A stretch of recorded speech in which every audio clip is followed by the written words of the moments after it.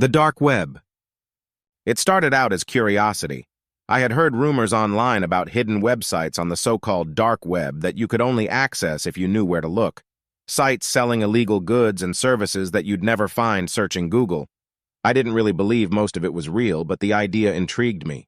What kind of crazy stuff was out there that I didn't know about? I had to find out. After some searching, I found instructions for accessing the dark web by downloading a special browser called Tor. It allowed for anonymous surfing by encrypting traffic and bouncing it around random nodes so no one could trace its origin. I felt a rush of excitement as I installed the software. This was it, my ticket to the shadowy corners of the internet.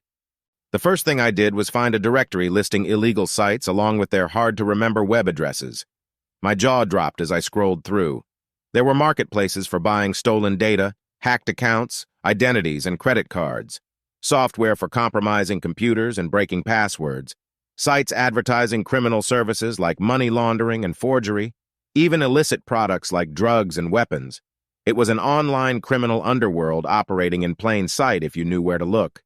Against my better judgment, curiosity pushed me to explore further. I browsed the markets and forums, taking in the sights. So this is what the outlaws and black hats get up to behind the scenes, I thought. One site that caught my attention was a marketplace for zero-day exploits. These are undisclosed software vulnerabilities that can be used to hack systems before the developer is able to release a patch. I wasn't a skilled hacker by any means, but these exploits could enable some serious attacks in the right hands. I created an account and purchased access to an exploit for a popular blogging platform.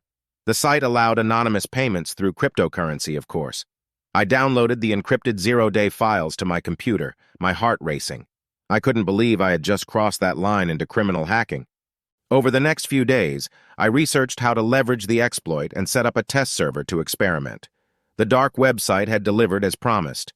I was able to gain admin access on the test site with little effort. A chill went down my spine. The amount of havoc someone could wreak with this was frightening. Late one night, thoughts of the endless possibility consumed me. How far could I push this power? My better judgment clouded, I decided to try the exploit out in the real world.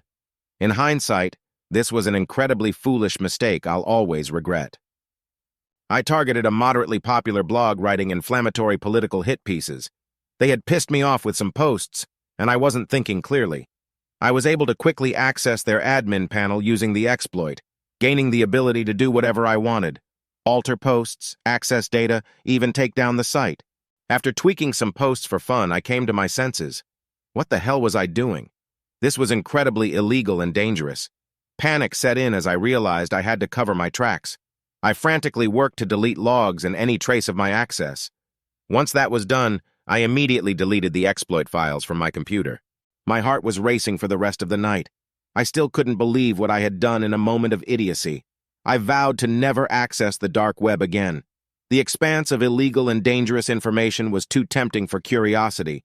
While part of me wondered about the other secrets lurking there, I knew I had to walk away or risk ending up behind bars or worse.